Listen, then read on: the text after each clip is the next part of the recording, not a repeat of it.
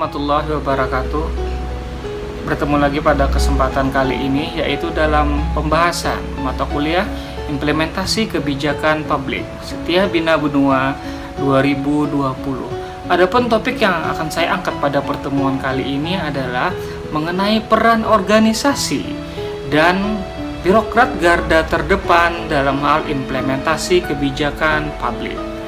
Oke, sebelum kita masuk kepada implementasi kebijakan publik, kita harus mengulang dulu kepada pengertian tentang apa itu kebijakan publik.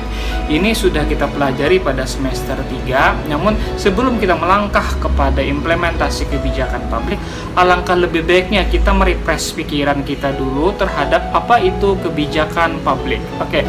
Kebijakan publik menurut salah satu tokoh yaitu Thomas R. Day adalah is whether government choose to do or not to do.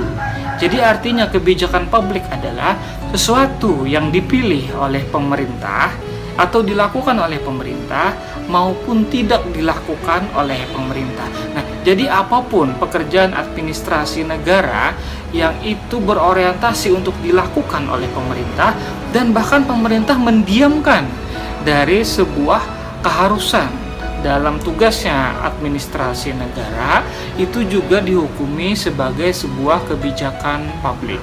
Nah, tentu kadang banyak perdebatan dan pertanyaan, mengapa hal yang tidak dilakukan oleh pemerintah juga dihukumi sebagai sebuah kebijakan publik?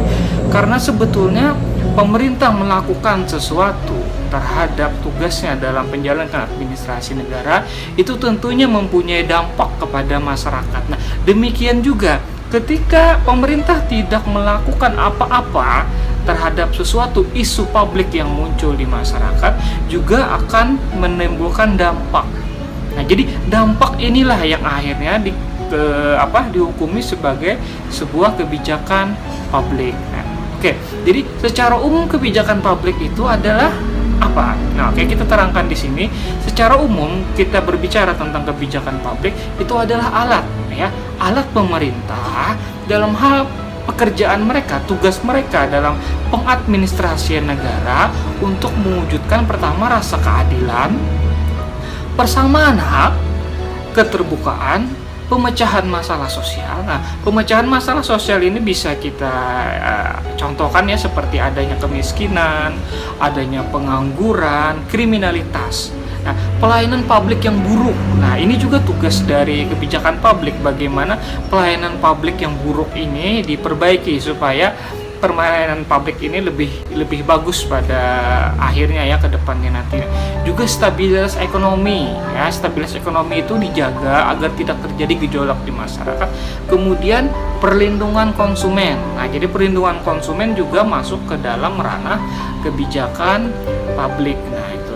Jadi, kemudian kebijakan publik ini tidak diambil serta-merta, dia mempunyai tahapan. Jadi kebijakan publik itu sampai ke masyarakat itu mempunyai ada tahapan-tahapan yang harus dilalui. Tahapan yang pertama adalah mengenai isu publik, ya. Isu publik, kemudian hal apa di masyarakat itu yang sedang berkembang, yang mana isu tersebut sifatnya adalah urgent dan melingkupi hajat hidup orang banyak. Nah, jadi di sanalah bahwasanya kebijakan publik itu berlaku. Nah, ketika isu kebijakan publik ini sudah muncul, kemudian dilakukan perumusan kebijakan publik. Jadi dirumuskanlah. Jadi apa yang bisa kita ambil, kriteria apa permasalahan yang bisa kita selesaikan dari isu-isu yang muncul sebelumnya. Ya, jadi dirumuskan dulu. Jadi kita ingin mengambil langkah apa dari isu-isu publik yang ada. Kemudian penerapan kebijakan publik. Setelah perumusan kebijakan publik itu sudah kita rumuskan, sudah diketahui apa alternatif pemecahan masalahnya, kemudian itu dilakukan penerapan kebijakan publik. Nah, penerapan kebijakan publik inilah yang kita kenal akhirnya dengan implementasi kebijakan publik. Setelah penerapan kebijakan publik itu dijalankan, tentu nanti akan ada evaluasi di belakang harinya. Apakah kebijakan publik ini berhasil, ataukah kebijakan publik ini malah jalan di tempat dan tidak membuahkan hasil. Di ranah evaluasi inilah nanti kebijakan publik betul-betul dipelajari dengan baik ya. Kalau memang ada kesalahan itu nanti akan dibetulkan. Kalau ternyata memang baik, itu nanti akan dipertahankan dan justru nanti akan ditingkatkan di kemudian hari. Nah, kebijakan publik ini juga secara penyusunan juga populer kita kenal dengan pertama adalah agenda setting, kemudian disebut dengan formulasi. Setelah formulasi itu kita kenal dengan legitimasi. Jadi setelah formulasi itu adalah tahap penentuan mana yang perumusan masalah, yang mana kebijakan yang akan diambil, kemudian kebijakan itu juga harus mempunyai payung hukum. Makanya itu disebut dengan legitimasi. Setelah legitimasi baru dilakukan implementasi kebijakan publik. Setelah itu dievaluasi, kemudian evaluasi kalau memang hasilnya baik itu nanti akan terus berlanjut ya. Nah, kalau ternyata dari hasil evaluasi ini hasilnya ternyata memang harus diperbaiki, ada yang tidak jalan seperti semestinya, maka itu nanti masuk kepada bagian reformulasi. Reformulasi inilah nanti yang akan memperbaiki alternatif kebijakan publik yang akan diambil. Setelah reformulasi diambil, maka kembali dilakukan implementasi kebijakan. Setelah itu baru masuk tahapan terminasi. Terminasi adalah tahap akhir dari sebuah kebijakan publik. Nah, diharapkan pada saat terminasi ini kebijakan publik itu outcome-nya dicapai sesuai dengan keinginan yang ditetapkan pemerintah pada awal kebijakan itu ditetapkan. Oke. Kemudian, baru kita masuk kepada implementasi kebijakan publik. Setelah kita memahami apa itu kebijakan publik, kita akan membicarakan masuk kepada implementasi kebijakan publik sesuai dengan mata kuliah kita pada kali ini. Nah, pengertian implementasi kebijakan publik menurut Erwan Agus Purwanto adalah kegiatan mendistribusikan keluaran kebijakan atau yang bisa disebut dengan to deliver input ya. Jadi keluaran kebijakan itu, hasil kebijakan yang dirumuskan tadi itu didistribusikan kepada masyarakat. Nah, yang dilakukan oleh implementer ya atau implementor kepada kelompok sasaran target group sebagai upaya untuk mewujudkan tujuan kebijakan. Jadi jelas di sini ya, bahwasanya implementasi kebijakan itu adalah menjalankan keputusan dari perumusan kebijakan publik yang dijalankan oleh implementor. Jadi implementor ini adalah orang yang menjalankan kebijakan itu, yang mendeliver itu sampai kepada kelompok sasaran ya. Ini bisa disebut nanti pada pembahasannya kemudian kita sebut dengan birokrat garda depan atau bisa disebut dengan street level birokrat. Nah, kemudian apa tahapan dari sebuah implementasi kebijakan itu adalah pertama adalah policy output, kemudian delivery, target group, implikasi, dan policy outcome. Jadi policy output adalah keluaran dari kebijakan publik yang sudah dirumuskan tadi. Kemudian kebijakan publik ini di-delivery, dikirimkan oleh para implementor kepada target group. Nah, kemudian target group ini nanti akan kelihatan implikasinya seperti apa. Apakah berhasil ataukah tidak, apakah perlu diperbaiki. Baru policy outcome, hasil dari kebijakan publik itu yang dijalankan dari implementasi tadi akan ketahuan. Nah, kemudian kita juga membahas tentang implementasi kebijakan publik. Kenapa jadi studi implementasi sebuah kebijakan publik itu dianggap penting dan perlu dipelajari? Oke, pertama alasannya adalah karena suatu kebijakan itu untuk mengetahui mengapa suatu kebijakan itu gagal diimplementasikan di suatu daerah. Pertama ya, jadi di satu daerah suatu kebijakan bisa dijalankan, akan tetapi di daerah yang lainnya kebijakan itu tidak bisa dijalankan. Implementasi kebijakan publik mempelajari masalah tersebut. Kemudian yang nomor 2 alasannya adalah kenapa penting administrasi publik mempelajari implementasi kebijakan publik, karena kebijakan yang sama oleh pemerintah yang sama ketika diimplementasikan akan mempunyai tingkat keberhasilan yang berbeda antara satu daerah dengan daerah yang lainnya. Kenapa hal tersebut terjadi? Makanya dipelajari di dalam implementasi kebijakan publik. Nah, terus yang nomor 3 adalah poin ketiga, mengapa suatu jenis kebijakan lebih mudah dijalankan ketimbang kebijakan yang lainnya. Ada kebijakan yang mudah dijalankan, ada kebijakan yang susah dijalankan. Sebetulnya kedua-duanya mempunyai tingkat kesulitan yang sama. Akan tetapi daerah di mana kebijakan itu diterapkan mempunyai andil betapa ternyata sampai di lapangan kebijakan itu mempunyai tingkat kesulitan yang beragam ya. Nomor 4 adalah mengapa perbedaan kelompok sasaran kebijakan mempengaruhi keberhasilan implementasi suatu kebijakan. Nah, jadi di kelompok sasarannya sendiri itu ternyata mempengaruhi hasil kebijakan. Kelompok yang A dan kelompok yang B dengan perlakuan kebijakan yang sama, dengan aturan yang sama, regulasi yang sama, ternyata mempunyai hasil yang berbeda. Nah, ternyata peran kelompok pun mempunyai hasil yang berbeda dalam hal hasil kebijakan publik. Nah, mengapa itu terjadi? Kembali saya katakan bahwasanya studi implementasi kebijakan publik akan membahas tentang masalah tersebut. Kemudian kita lanjut kepada organisasi dalam implementasi kebijakan publik. Nah, jadi keberhasilan sebuah implementasi suatu kebijakan itu sangat dipengaruhi oleh delivery mechanism, yaitu mekanisme penyampaian. Apa yang disampaikan yaitu tadi sebuah kebijakan yang sudah dirumuskan dan diputuskan oleh pemerintah yang mempunyai kekuatan hukum itu harus dikirimkan kepada masyarakat, kelompok sasaran. Nah, siapa yang mengirim ini? Tentu ada organisasinya. Nah, makanya organisasi implementasi kebijakan publik itu dianggap penting. Nah, bagaimana sebuah kebijakan publik bisa sampai kepada kelompok sasaran yang eligible? Ya, eligible di sini artinya yang memang memenuhi persyaratan. Jadi semua persyaratan kebijakan publik itu dia mempunyai ketentuan, tidak semua orang yang dapat. Contoh katakanlah saja pembagian sembako murah ya, pembagian raskin, dana BLT. Tidak semua orang mendapatkan itu, akan tetapi mempunyai kriteria yang harus dibagikan.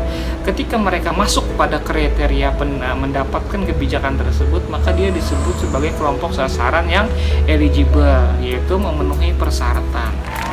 Nah, kemudian juga kebijakan publik ini ketika sampai kepada kelompok sasaran, dia harus pertama tepat waktu, yang kedua tepat kualitas, yang ketiga tepat kuantitas, baik secara initial outcome ataupun long term outcome. Jadi maksudnya initial outcome adalah hasil dalam jangka pendek. Nah, long term outcome adalah hasil yang didapatkan secara jangka panjang. Kita katakan saja misalnya di suatu desa mendapatkan subsidi pupuk. Nah, jadi mendapatkan kemudahan mendapatkan pupuk. Secara jangka pendeknya pupuk itu akan memudahkan para petani dalam kegiatannya menanam hasil bumi yang mereka kerjakan. Itu mereka tidak perlu lagi mencari ke toko, harus ke kota segala macam, waktu mereka itu jadi lebih hemat, lebih efektif. Secara jangka pendek itu menguntungkan mereka, dan jangka panjang tentu itu akan meningkatkan hasil pertanian yang pada akhirnya juga akan mensejahterakan mereka begitu secara besar. Nah, kemudian delivery mechanism, jadi penyampaian kebijakan tadi itu keberhasilannya juga dipengaruhi oleh implementing agency. Nah, apakah implementing agency itu? Implementing agency adalah keberadaan organisasi atau lembaga yang diberi mandat untuk mengimplementasikan sebuah kebijakan. Nah, jadi ketika implementasi publik itu mau diterapkan dan sudah dirumuskan, harus ada implementing agency-nya, harus ada organisasi yang menjalankannya. Nah, siapakah implementing agency itu? Nah, kita akan uraikan satu persatu. Yang pertama, yang menerapkan kebijakan publik tersebut pertama adalah eksekutif, yang kedua legislatif, yang ketiga public private partnership atau sektor swasta, yang ketiga adalah civil society organization atau bisa kita kenal dengan LSM, paguyuban atau organisasi-organisasi masyarakat. Kita jelaskan dari faktor eksekutif dulu ya. Kenapa eksekutif itu disebut sebagai implementing agency yang paling awal disebutkan? Karena memang segala kebijakan publik itu diputuskan oleh pemerintah ya. Jadi pemerintah itu sebagai regulator, akan tetapi pemerintah juga sebagai sebuah pelaksananya. Karena tugas pemerintah memang adalah melayani masyarakatnya. Dalam administrasi negara disebutkan bahwasanya pelayanan publik itu adalah ketika pemerintah melakukan hal-hal yang berhubungan dengan kepentingan masyarakat banyak Jadi mau tidak mau di sini pemerintah menjadi aktor utama dalam implementing agency. Nah, yang kedua adalah legislatif. Segala kebijakan yang terjadi di masyarakat ini juga dirumuskan bersama oleh legislatif, oleh DPR. Jadi bisa diinisiasi oleh eksekutif, usul awalnya bisa juga oleh legislatif. Nah, legislatif tentunya juga memahami apa isi dari kebijakan itu karena mereka yang ikut merumuskan bersama pemerintah. Nah, mereka berkewajiban untuk menjelaskan tentang isi kebijakan-kebijakan publik itu kepada konstituen mereka. Karena kan anggota DPR ini, dewan ini kan dipilih oleh konstituennya. Sebelum kebijakan itu dilaksanakan atau setelah kebijakan itu berjalan, legislatif ketika masa reses terjadi atau masa jeda dalam hal rapat mereka di dewan, itu juga harus terjun ke lapangan menjelaskan tentang kebijakan mereka, kebijakan publik yang sudah mereka rumuskan bersama dengan pemerintah. Nah, kemudian yang ketiga ada public private partnership atau sektor swasta. Oke, sektor swasta di sini juga sangat berperan dalam implementasi kebijakan publik ya. Karena pada dewasa sekarang ini sudah tidak lagi dimonopoli oleh pihak eksekutif maupun legislatif, akan tetapi juga sektor swasta ikut berperan dalam implementasi kebijakan publik.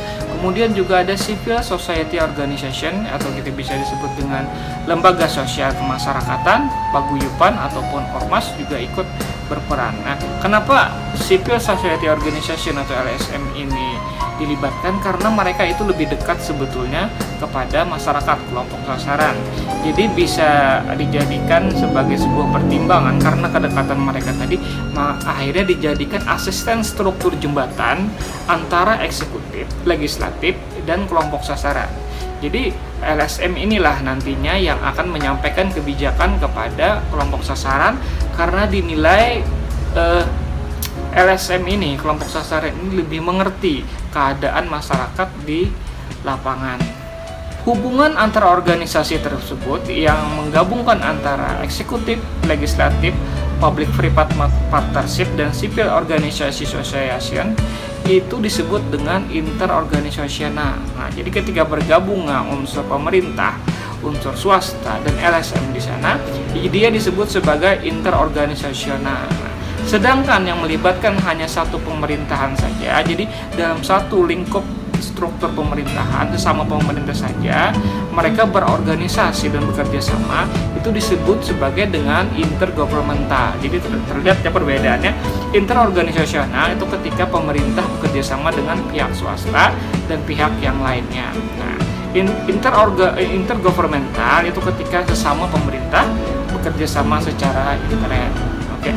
Jadi dalam hal mekanisme kerja para organisasi-organisasi tadi dari organisasi pemerintah dan organisasi swasta itu mempunyai 3 sistem kerja paling tidak ya. Yang pertama dikenal dengan sistem kerja bulat atau mengutuk, yang mana adalah bahwasanya masing-masing dari organisasi itu langsung kepada kelompok sasaran melaksanakan kebijakan yang mereka pilih.